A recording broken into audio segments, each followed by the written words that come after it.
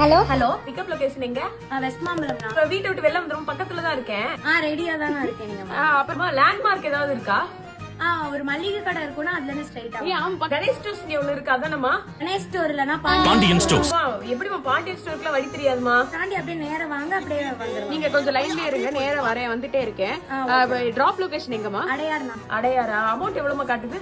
120. Kilometres எவ்வளவுமா? அளந்து தானா சொல்லணும். என்னமா இல்ல தெரியலண்ணா. எதுக்கு அடையார் போறீங்க?